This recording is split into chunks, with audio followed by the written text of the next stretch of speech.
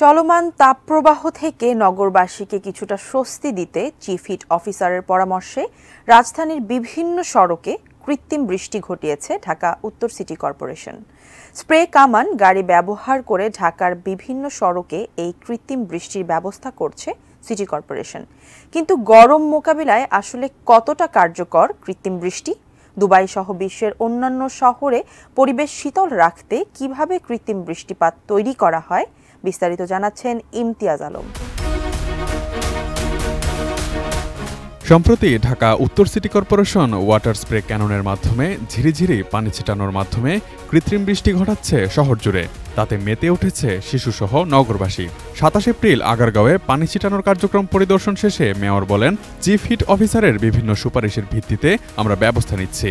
গাড়িগুলো সকাল ১১টা থেকে বিকেল ৪টা পর্যন্ত কৃত্রিম বৃষ্টি তৈরি করবে।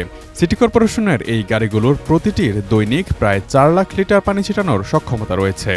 এতদিন নির্দিষ্ট কিছু এলাকাতে স্বল্প পরিসরে এই কার্যক্রম চললেও এখন তাপপ্রবাহের মাঝে এই বৃষ্টি কার্যক্রম নিয়মিত চলবে বলে জানান মেয়র।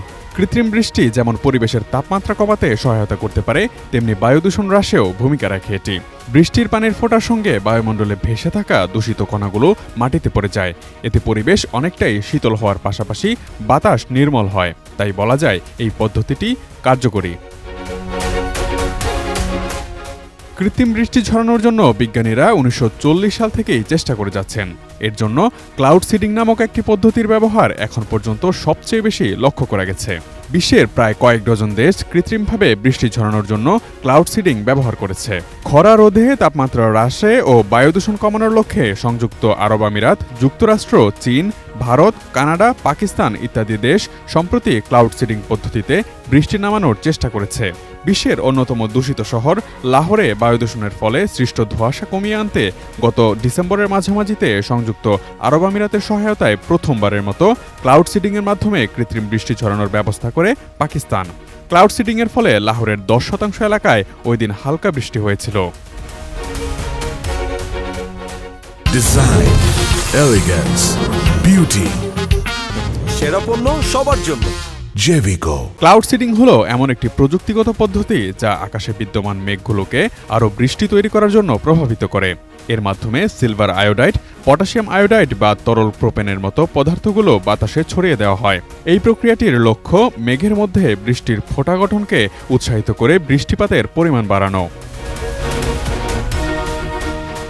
তবে এই ক্লাউড সিডিংয়ের কিছু বিপরীত প্রতিক্রিয়াও আছে বলে ধারণা করা হয়। সম্প্রতি দুবাইতে বৃষ্টিতে বন্যা পরিস্থিতির সৃষ্টি হয়েছে। পৃথিবীর অন্যতম কম বৃষ্টিপাতের অঞ্চল আমিরাতে হঠাৎ এত বৃষ্টি ও বন্যার জন্য ধারণা করা হচ্ছে ক্লাউড সিডিং দায়ী।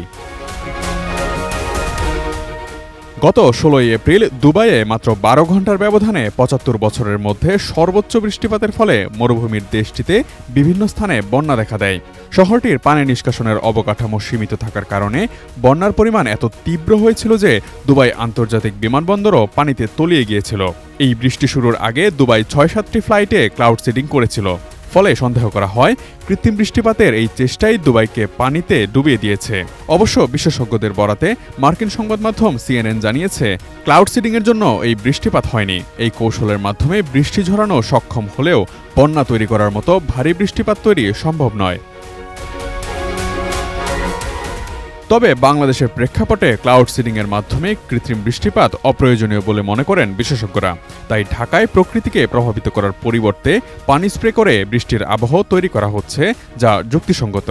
কারণ বাংলাদেশে স্বাভাবিক বৃষ্টিপাত হয় এবং ক্লাউড সিডিং এখনও বেশ ব্যয়বহুল। তবে পরিবেশ শীতল রাখার অন্যতম উপায় হলো বেশি করে গাছ লাগানো। দ্য নিউ ইয়র্ক টাইমসের তথ্য মতে ছায়া দেওয়ার পাশাপাশি গাছের পাতা থেকে নিঃসৃত পানির কণা তীব্র গরমে চারপাশের তাপমাত্রা কয়েক ডিগ্রি পর্যন্ত কমাতে সক্ষম। গাছপালা স্বাভাবিক বৃষ্টিপাত বজায় রাখতেও ব্যাপক ভূমিকা রাখে। Imtiaz Alam, desk report, ATN news.